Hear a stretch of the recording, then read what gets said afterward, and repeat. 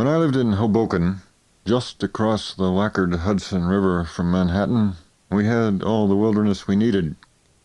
There was the waterfront with its decaying piers and abandoned warehouses, the jungle of bars along River Street and Hudson Street, the houseboat, the old ferry slips, the mildew-green cathedral of the Erie-Lackawanna Railway Terminal.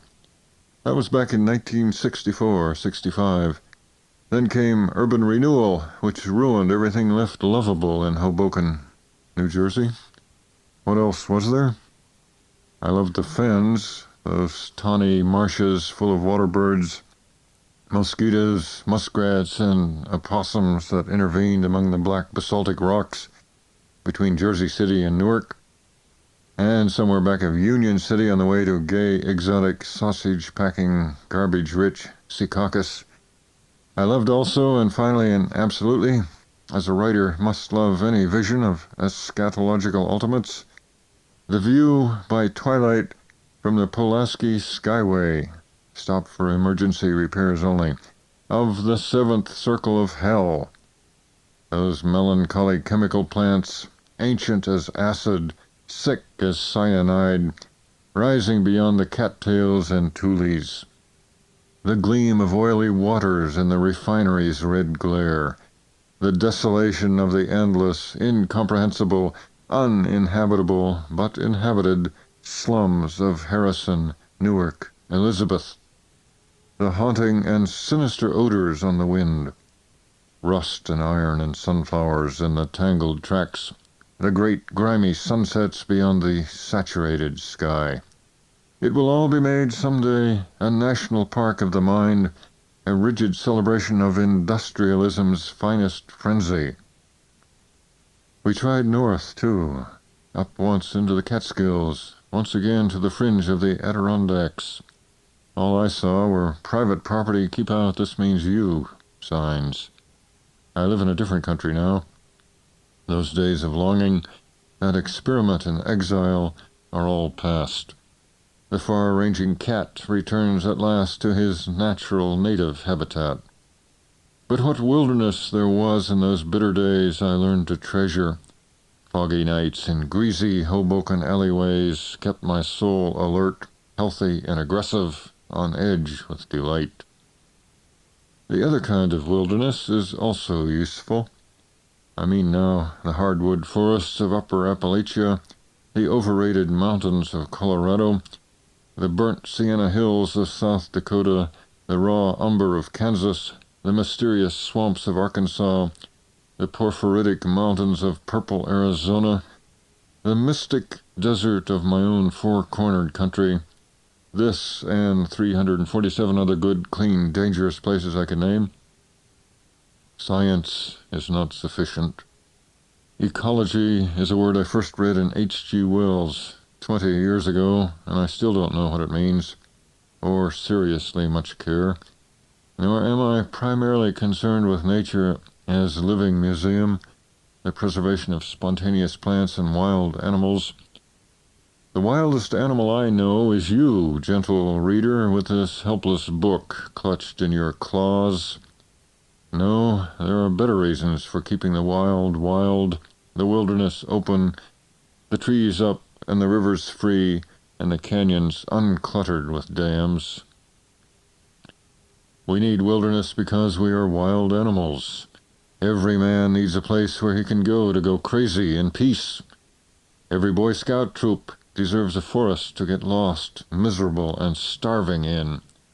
Even the maddest murderer of the sweetest wife should get a chance for a run to the sanctuary of the hills, if only for the sport of it, for the terror, freedom, and delirium, because we need brutality and raw adventure, because men and women first learn to love in, under, and all around trees, because we need for every pair of feet and legs about 10 leagues of naked nature, crags to leap from, mountains to measure by, deserts to finally die in when the heart fails.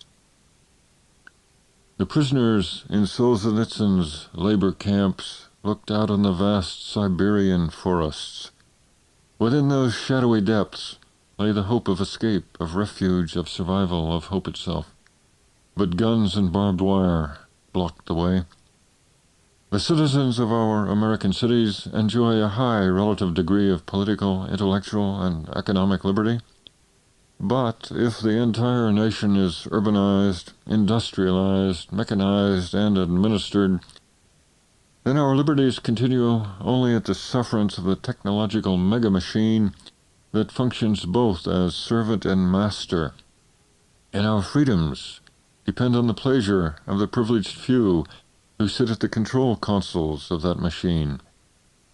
What makes life in our cities at once still tolerable, exciting, and stimulating is the existence of an alternative option, whether exercised or not, whether even appreciated or not, of a radically different mode of being out there, in the forests, on the lakes and rivers, in the deserts, up in the mountains. Who needs wilderness?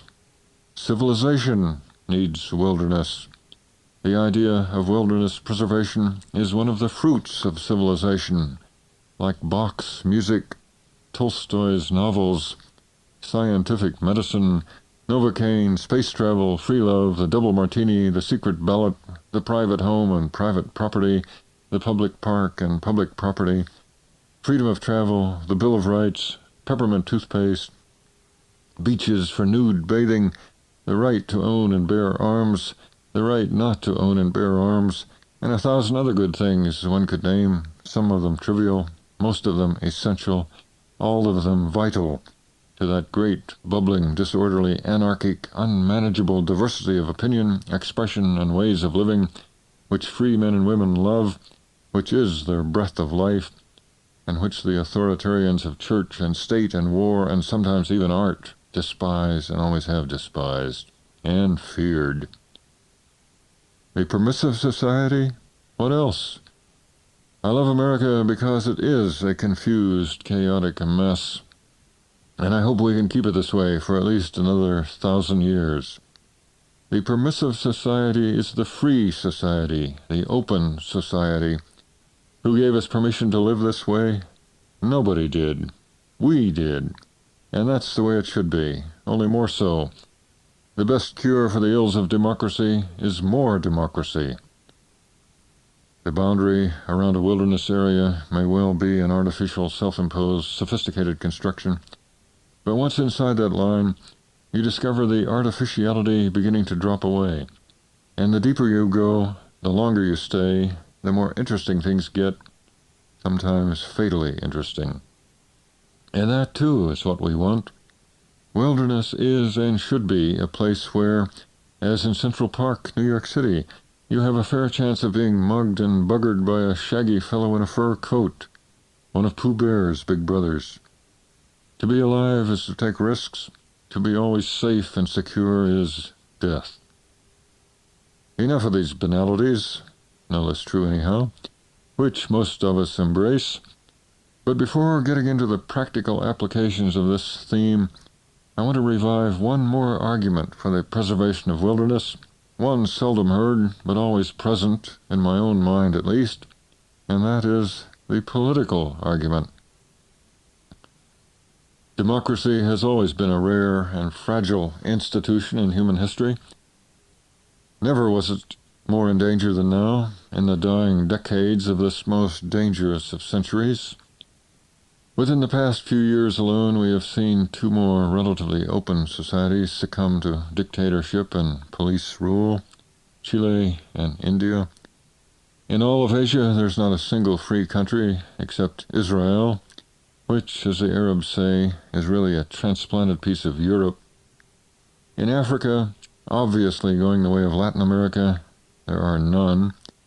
Half of Europe stagnates under one man or one party domination. Only Western Europe and Britain, Australia and New Zealand, perhaps Japan, and North America can still be called more or less free, open, democratic societies. As I see it, our own nation is not free from the danger of dictatorship, and I refer to internal as well as external threats to our liberties.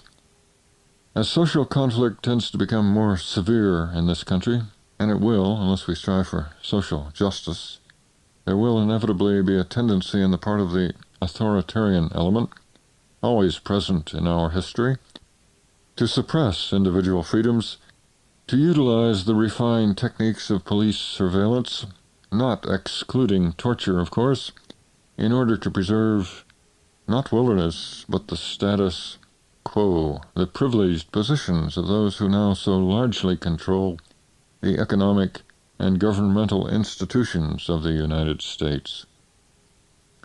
If this fantasy should become reality, and fantasies becoming realities are the story of the 20th century, then some of us may need what little wilderness remains as a place of refuge, as a hideout, as a base from which to carry on guerrilla warfare against the totalitarianism of my nightmares. I hope it does not happen. I believe we will prevent it from happening. But if it should, then I, for one, intend to light out at once for the nearest national forest, where I've been hiding cases of peanut butter, home brew, ammunition, and sea rations for the last 10 years. I haven't the slightest doubt that the FBI, the NSA, the CIA, and the local cops have dossiers on me a yard thick.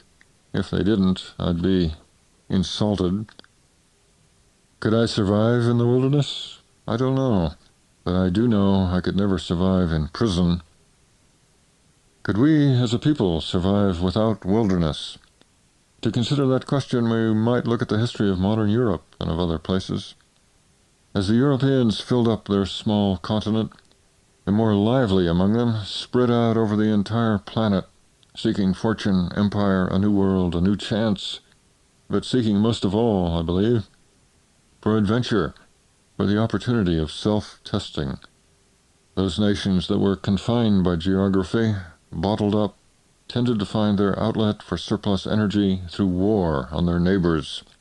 The Germans provide the best example of this thesis. Nations with plenty of room for expansion, such as the Russians, tended to be less aggressive toward their neighbors. In Asia, we can see the same human necessities at work in somewhat different form.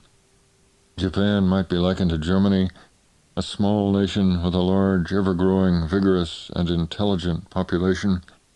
Confined by the sea, their open spaces long ago occupied and domesticated, the Japanese, like the Germans, turned to war upon their neighbors, particularly China, Korea, Oriental Russia. And when that was not enough to fully engage their surplus energies, they became an oceanic power, which soon brought them into conflict with two other oceanic powers, Britain and the United States. Defeated in war, the Japanese turned their undefeated energies into industry and commerce, becoming a world power through trade. But that kind of adventure is satisfactory for only a small part of the population. And when the newly prosperous Japanese middle class becomes bored with tourism, we shall probably see some kind of civil war or revolution in Japan, perhaps within the next 20 years. Something of that sort may be said to have already happened in China. Powerless to wage war upon their neighbors, the Chinese waged war upon themselves, class against class, that resulted a triumphant revolution and the construction of a human society that may well become, unfortunately, the working model for all. I mean, the thoroughly organized society where all individual freedom is submerged to the needs of the social organism. The global village and the technological termitorium. More nightmares. I do not believe that human beings would or could long tolerate such a world.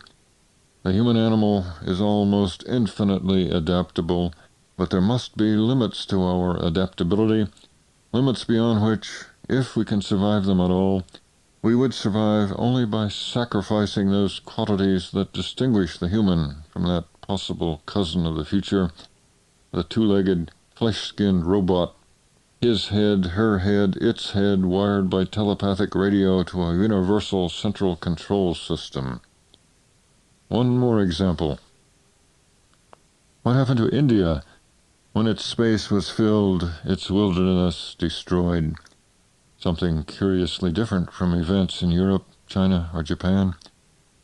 Unable to expand outward in physical space, unable or unwilling so far to seek solutions through civil war and revolution, the genius of India, its most subtle and sensitive minds, sought escape from unbearable reality by rocket flights of thought into the inner space of the soul, into a mysticism so deep and profound that a whole nation, a whole people, have been paralyzed for 1,000 years by awe and adoration.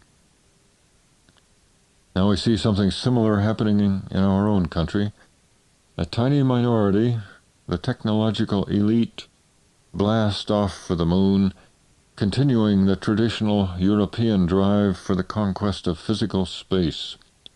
But a far greater number, lacking the privileges and luck and abilities of the Glenns and the Armstrongs and their comrades, have attempted to imitate the way of India. When reality becomes intolerable, when the fantasies of nightmare become everyday experience, then deny that reality, obliterate it, and escape through drugs, through trance and enchantment, through magic and madness, or through study and discipline, by whatever means, in some cases by any means. Escape this crazy, unbearable, absurd playpen of the senses, this gross 3D, grade B, X-rated porno flick thrust upon us by CBS News, Time, Newsweek, the New York Times, Rolling Stone, the Sierra Club Bulletin, seeking refuge in a nicer universe just next door, around some corner of the mind and nervous system, deep in the coolest cells of the brain.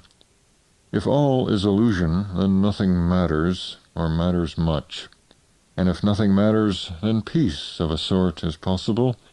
Striving becomes foolish, and we can finally relax, at last, into that bliss which passeth understanding, content as pigs in a warm manure pile, until the man comes with the knife to carry the analogy to its conclusion, until pig sticking time rolls around again and the fires are lit under the scalding tubs.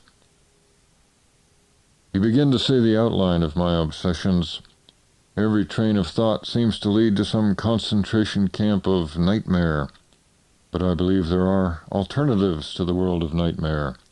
I believe that there are better ways to live than the traditional European-American drive for power, conquest, domination, better ways than the horrifying busyness of the Japanese, better ways than the totalitarian communes of the Chinese, better ways than the passive pipe dreams of Hindu India, that sickliest of all nations. I believe we can find models for a better way both in the past and the present, imperfect models to be sure, each with its grievous faults, but better all the same than most of what passes for necessity in the modern world. I allude to the independent city-states of classical Greece, to the free cities of medieval Europe, to the small towns of 18th and 19th century America, to the tribal life of the American Plains Indians, to the ancient Chinese villages recalled by Lao Tzu in his book, The Way.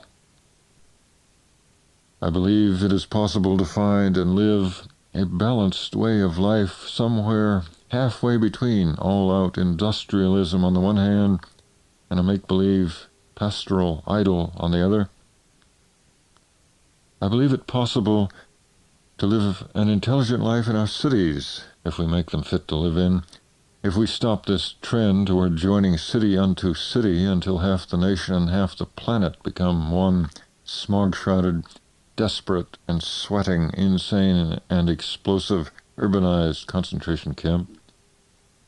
According to my basic thesis, if it's sound, we can avoid the disasters of war, the nightmare of the police state and totalitarianism, the drive to expand and conquer, if we return to this middle way and learn to live for a while, say at least 1,000 years or so, just for the hell of it, just for the fun of it, in some sort of steady state economy, some sort of free, democratic, wide-open society. As we return to a happier equilibrium between industrialism and a rural agrarian way of life, we will, of course, also encourage a gradual reduction of the human population of these states to something closer to the optimum, perhaps half the present number. This would be accomplished by humane social policies, naturally, by economic and taxation incentives encouraging birth control, the single-child family, the unmarried state, the community family. Much preferable to war, disease, revolution, nuclear poisoning, and so forth as population control devices. What has all this fantasizing to do with wilderness and freedom? We can have wilderness without freedom. We can have wilderness without human life at all. But we cannot have freedom without wilderness. We cannot have freedom without leagues of open space beyond the cities, where boys and girls, men and women, can live at least part of their lives under no control but their own desires and abilities, free from any and all direct administration by their fellow men. A world without wilderness is a cage, as Dave Brower says. I see the preservation of wilderness as one sector of the front in the war against the encroaching industrial state. Every square mile of range and desert saved from the strip miners, every river saved from the dam builders, every forest saved from the loggers, every swamp saved from the land speculators, means another square mile saved for the play of human freedom. All this may seem utopian, impossibly idealistic. No matter. There comes a point at every crisis in human affairs when the ideal must become the real, or nothing. It is my contention that if we wish to save what is good in our lives and give our children a taste of a good life, we must bring a halt to the ever-expanding economy and put the growth maniacs under medical care. Let me tell you a story. A couple of years ago, I had a job. I worked for an outfit called Defenders of Fur Bearers, now known as Defenders of Wildlife. I was caretaker and head janitor of a 70,000-acre wildlife refuge in the vicinity of Aravaipa Canyon in southern Arizona. The Whitetail Wildlife Preserve, as we called it, was a refuge for mountain lion, javelina, a few black bear, maybe a wolf or two, a herd of white-tailed deer, and me, to name the principal fur bearers. I was walking along Aravaipa Creek one afternoon when I noticed fresh mountain lion tracks leading ahead of me. Big tracks, the biggest lion tracks I've seen anywhere. Now, I've lived most of my life in the Southwest, but I'm sorry to admit that I had never seen a mountain lion in the wild. Naturally, I was eager to get a glimpse of this one. It was getting late in the day, the sun already down beyond the canyon wall, so I hurried along, hoping I might catch up to the lion and get one good look at him before I had to turn back and head home. But no matter how fast I walked and then jogged along, I couldn't seem to get any closer. Those big tracks kept leading ahead of me, looking not 5 minutes old, but always disappearing around the next turn in the canyon. Twilight settled in, visibility getting poor. I realized I'd have to call it quits. I stopped for a while, staring upstream into the gloom of the canyon. I could see the buzzards settling down for the evening in their favorite dead cottonwood. I heard the poor wills and the spotted toads beginning to sing, but of that mountain lion I could neither hear nor see any living trace. I turned around and started home. I'd walked maybe a mile when I thought I heard something odd behind me. I stopped and looked back. Nothing but the canyon, the running water, the trees, the rocks, the willow thickets. I went on, and soon I heard that noise again, the sound of footsteps. I stopped. The noise stopped. Feeling a bit uncomfortable now, it was getting dark, with all the ancient superstitions of the night starting to crawl from the crannies of my soul. I looked back again, and this time I saw him. About 50 yards behind me, poised on a sandbar, one front paw still lifted and waiting, stood this big cat looking straight at me.